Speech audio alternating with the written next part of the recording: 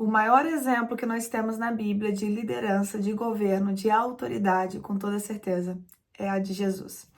A Bíblia diz aqui em Filipenses 2, versículo de número 8. E achado na forma de homem, humilhou-se a si mesmo, sendo obediente até a morte, e morte de cruz.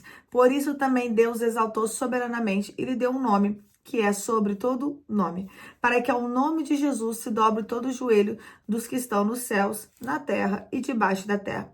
E toda língua confesse que Jesus Cristo é o Senhor, para a glória de Deus Pai. Aqui na carta aos Filipenses está sendo afirmado a obediência de Jesus. Quando nós falamos de governo, de autoridade, liderança, né? Mencionei aqui no decorrer dos vídeos vários líderes, vários homens de autoridade, várias pessoas que exerceram governo de maneiras diferentes, mas obedientes, debaixo de uma promessa, debaixo de uma palavra de Deus. E aqui eu quero falar sobre Jesus.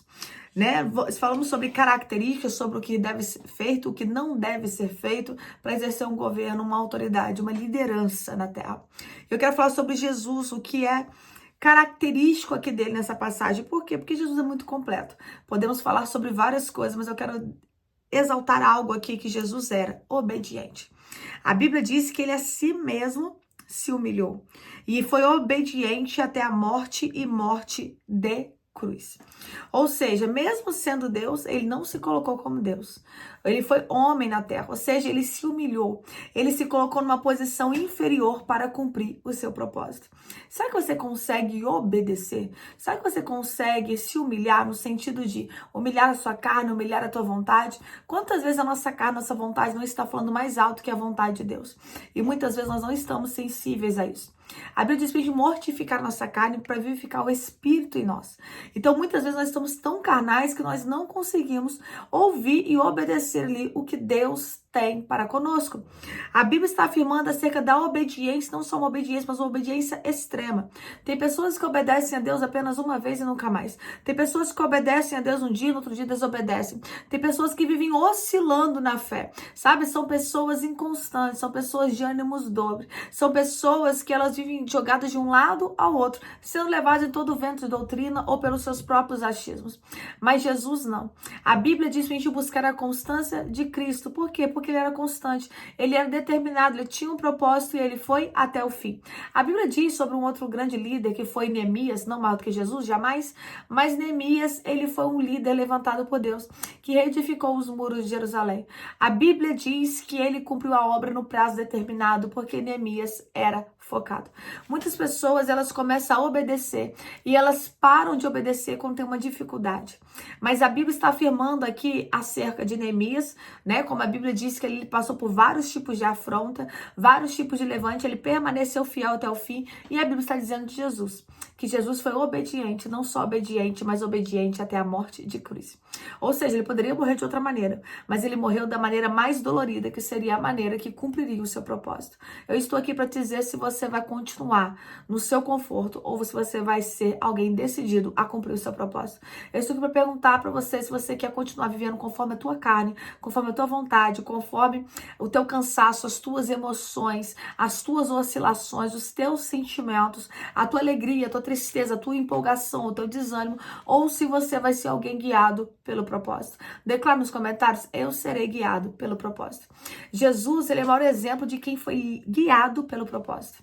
Jesus está no jardim de Getsêmani e ele ora: Pai, se possível for, afaste-me este cálice.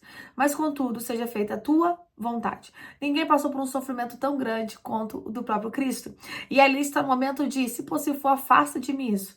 Mas contudo, seja feita a tua vontade. Muitas pessoas oram dessa maneira, ou né, até poucas levam a sério a seriedade dessa palavra. Senhor, tá doendo, eu não quero, mas contudo seja feita a tua vontade. E a pessoa vai e é obediente. Muitas vezes a pessoa fala assim: Senhor, eu não quero, mas seja feita a tua vontade. Mas elas vão ali brigando com Deus, sabe? Em vez de elas se sujeitarem, elas querem brigar com Deus até o final. E Deus manda te dizer através deste vídeo, deste rápido vídeo, o quê? Se sujeite à vontade de Deus. A Bíblia diz: sujeitai-vos a Deus, e o diabo, vosso adversário, fugirá de vós. A Bíblia diz: humilhai-vos debaixo da potente mão de Deus, para que no tempo oportuno ele vos exalte. Eu estou aqui para dizer: se humilhe, se sujeite. Ou seja, ele se humilhou A Bíblia diz que os humilhados serão exaltados. A Bíblia diz que aqueles que a si mesmos se humilham, estes serão exaltados.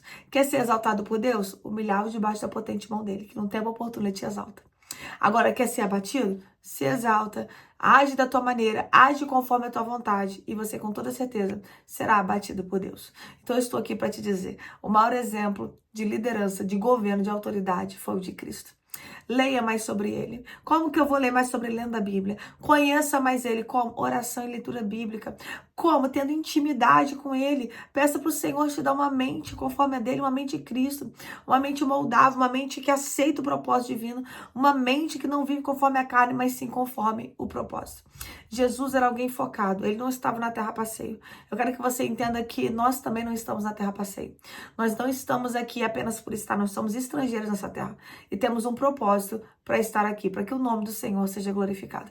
Então seja obediente, e obediente até quando você achar que a tua carne não aguenta. E você vai ver Deus te honrar. Amém? Eu quero orar pela tua vida, ora junto comigo. Pai, graças te dou, Senhor, por essa palavra. Graças te dou, meu Pai, porque muitas vezes, meu Pai, nós queremos fazer a nossa vontade, o nosso querer, o nosso ego. O Senhor nos trouxe, meu Pai, essa palavra para seguirmos, meu Pai, o teu exemplo, meu Pai, teu exemplo de obediência, de submissão, um exemplo, meu Pai, de proposta a ser seguido. Pai, te peço, meu Pai, nos molda, forge o nosso caráter conforme o teu querer e a tua vontade. Livra-nos, meu Pai, de todo mal, livra-nos, meu Pai, de todo embaraço, de toda seta do inferno, Pai, todo espírito de rebelião, de desobediência para contigo. Nos dê, meu Pai, um coração puro, renove em nós um espírito inabalável, nos dá a alegria da tua salvação. Tira de nós, meu Pai, tudo aquilo que não provém da parte do Senhor. Exalta, Pai, e glorifica o teu santo nome, em nome de Jesus. Assim eu oro, em nome de Jesus. Amém. Amém, que Deus te abençoe, fique na paz e creia. Deus quer que você seja obediente. A Bíblia diz que a desobediência para Deus é como pecado de feitiçaria. E o obstinado para Deus é como um rebelde, é rebelde diante de Deus, né?